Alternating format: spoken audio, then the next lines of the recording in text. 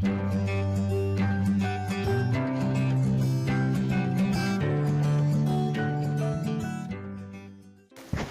warahmatullahi wabarakatuh. Selamat siang, berjumpa lagi dengan Ibu bernama Aidatul Aisyah Mardiah. Pada kali ini kita mengambil materi dengan judul Menjaga Martabat Manusia dengan Menjauhi Pergaulan Bebas dan Zina. Apa itu pengertian zina? Zina menurut bahasa diambil dari kata jana yajni, yang artinya hubungan persetubuhan antara perempuan dengan laki-laki yang sudah baligh atau mukallaf tanpa akad nikah yang sah.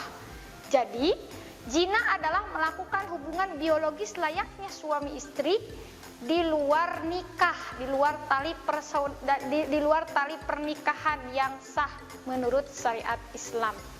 Yang mana hukumnya itu haram. Apa itu haram? Haram itu adalah sesuatu yang apabila kita lakukan akan mendapat siksa, dan apabila kita tinggalkan kita akan mendapat pahala. Jadi kita kalau melakukan zina, nah tunggu siksaan Allah melanda ya. Tapi kalau kita bisa menghindarinya, kita bisa menjauhinya, kita tidak melakukannya, maka Allah akan membalasnya. Nah itu ya hukum zina. Nah, dari kata zina sendiri itu mempunyai dua kategori. Ada zina muhson, ada zina goer muhson. Apa itu zina muhson? Zina muhson adalah yang tadi pergaulan, hubungan selayaknya suami istri yang dilakukan oleh orang yang sama sekali yang sudah pernah melakukan nikah. Nah gini, misalkan ada dua orang laki-laki dan perempuan. Kedua-duanya ini atau salah satunya ini sudah pada menikah, baik itu laki-lakinya ataupun perempuannya. Nah, tapi bukan menikah sama pasangan ini. Misalkan laki-laki ini sudah punya keluarga ataupun perempuannya sudah punya keluarga. Nah, sekalinya si istri yang laki-laki ini misalkan merantau kemana gitu, jadi TKW gitu kan. Nah, nggak tahan dia, ya sudah lama lah tidak menemukan kenikmatan dunia.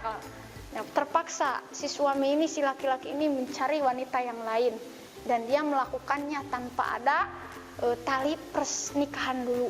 Nah, itu zina muhson. Jadi zina yang dilakukan oleh orang yang sudah pernah menikah. Kedua, zina goer muhson.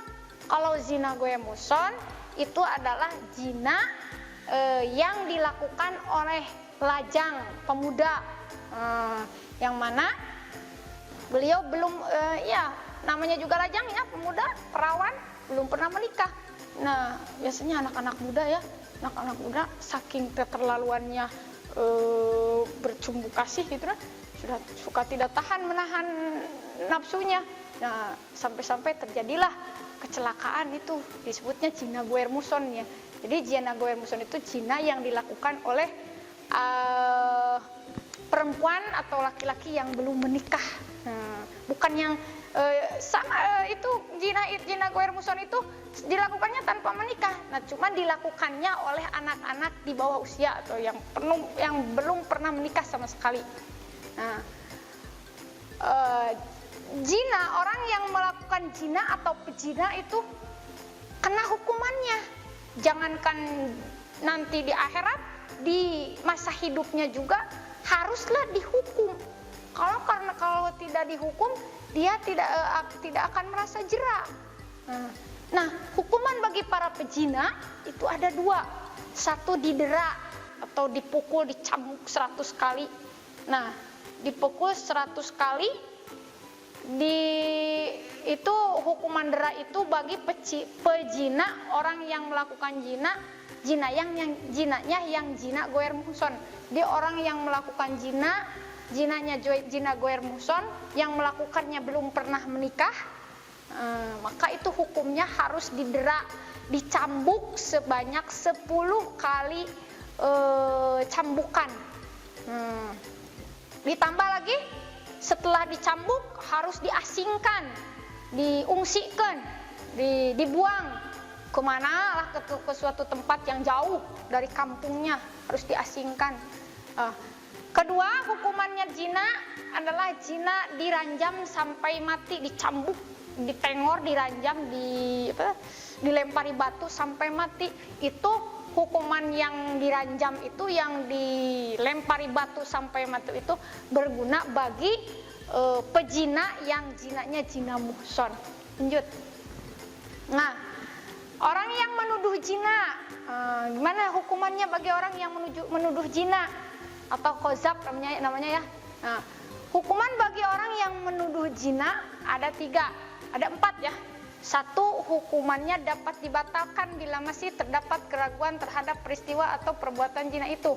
Hukuman tidak dapat dijalankan setelah benar-benar diyakini tidak terjadi perzinahan. Nah, kalau ada orang yang zina, tapi si saksinya itu tidak melihat, jadi kesaksiannya itu benar diragukan. Nah, maka itu bisa dibatalkan ya penuduhannya. Misalkan di kampung ini ada yang menuduh si anu melakukan zina, gitu ya, melakukan zina. Tapi kesaksian beliau diragukan, tidak aktual, tidak akurat, maka itu boleh dibatalkan, jangan dipercaya, gitu ya. Kedua, untuk meyakini perihal zina tersebut haruslah ada 4 orang. Nah, makanya kalau mau menuduh kepada seseorang berbuat zina, haruslah ada saksi sebanyak 4 orang laki-laki yang adil, bukan yang fasik, bukan yang anak-anak, harus yang adil, yang dewasa saksinya itu. Dengan demikian kesaksian 4 orang wanita tidak cukup. Jadi tidak boleh oleh wanita saksinya itu, harus laki-laki 4 orangnya itu. Nah, jadi kalau ada orang yang menuduh zina dan saksinya itu 4 orang laki-laki, nah itu boleh dipercaya lah, gitunya. Ketiga, saksiannya itu kesaksian 4 orang laki-laki yang adil. Keempat, ini, andai seorang dari keempat saksi itu menyatakan kesaksian yang lain dari kesaksian 3 orang lainnya, atau salah seorang di antaranya mencabut kesaksiannya terhadap mereka, maka semuanya dijatuhkan hukuman menuduh zina. Baik, selanjutnya kita menginjak pada yang hukuman bagi yang menuduh zina yang keempat. Andai seorang dari keempat saksi itu menyatakan kesaksian yang lain dari kesaksian 3 orang lainnya, atau salah seorang di antaranya mencabut kesaksiannya terhadap mereka, semuanya dijatuhkan hukuman menuduh zina. Nah, kenapa zina itu diharamkan oleh Allah? Karena akan berdampak negatif. Di antaranya dampak negatif yang ditimbulkan dari zina, 1, mendapat laknat dari Allah dan Rasulnya. Dilaknat, dikutuk. Orang yang melakukan zina itu bakal dilaknat, dikutuk ya oleh Allah. Kedua, dijauhi dan dikucilkan oleh masyarakat. Nah, sanksi dari masyarakat, dikucilkan orang yang melakukan zina itu. Ketiga, nasabnya menjadi tidak jelas. Keempat, anak hasil zina itu tidak bisa dinasabkan terhadap bapaknya. Jadi nasabnya itu cuma sampai ibunya saja. Bapaknya tidak bisa dikaitkan sebagai bapaknya meskipun dia mengakui bahwa dia yang melakukannya. Meskipun dia mengakui bahkan menikahi mamahnya, ya sudah sampai situ saja, tidak boleh dinikahkan oleh beliau. Tidak, masalah wudunya menjadi batal karena tidak ada nasab menjadi seorang bapak. Kelima, anak hasil zina tidak berhak mendapat warisan. Nah, ini adalah ayat-ayat atau dalil yang mengharamkan akan perbuatan zina. Di antaranya surat Al-Isra ayat 32. A'udzubillahi minasyaitonirrajim. Bismillahirrahmanirrahim. Wala taqrabuz zina innahu kana fahisyatan wa sa'a sabila. Nah, itu ayat yang menjelaskan tentang haramnya zina, itu surat Al-Isra ayat 32. Ayat selanjutnya Ini surat An-Nur ayat kedua. Azaniyatu wazani fajlidu kulla wahidin minhuma mi'ata jaldah wala ta'khudukum bihima rafatun fi dinillahi in kuntum mu'minina billahi wal yaumil akhir wal yashhad adzabahuma ta'ifatum minal mu'minin. Nah, kalau ayat ini menjelaskan tentang hukuman bagi orang yang melakukan zina. Nah, adapun hadis atau dalil yang selanjutnya adalah ini hadis. Itu merupakan perkataan Nabi kalau hadis ya. Yang ini diterima dari Jabir bin Abdullah. Gimana bunyinya? Nah, ini an Jabir bin Abdullah qala bal ya Rasulullah, itu bukan bal ya. Ya Rasulullah SAW, wa man kana yu'minu billahi wal yaumil akhir fala yakhluna bimra'atin laisa ma'ahadu mahramin minhuma fa inna salasahuma asyaitonu rawahu Ahmad. Nah, ini menjelaskan, hadis ini menjelaskan bahwasannya janganlah kalau barang siapa yang merasa beriman kepada Allah ataupun beriman kepada hari akhir, maka janganlah suka berani-berani berbuat berduaan antara laki-laki dan perempuan. Karena apa?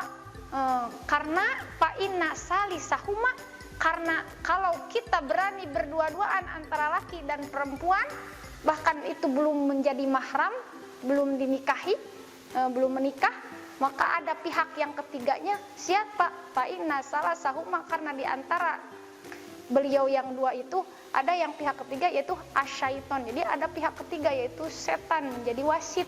Bisa saja kan antara itu diwasitan oleh setan, mana dibujuk supaya gimana. Nah, ini larangan mendekati zina ya. Itu hadis diriwayatkan oleh Ahmad. Mungkin itu penjelasan tentang zina. Mudah-mudahan kalian memahaminya. Assalamualaikum warahmatullahi wabarakatuh. Kunjungi sosial media lainnya seperti website kami di pkbmalfata.com, Facebook PKB Malfata Mananjaya, Instagram PKB Malfata _official. Dan terima kasih telah klik video ini. Jangan lupa like, comment, share, and subscribe untuk menunjukkan dukungan kamu terhadap channel ini. Enjoy the video PKB Malfata.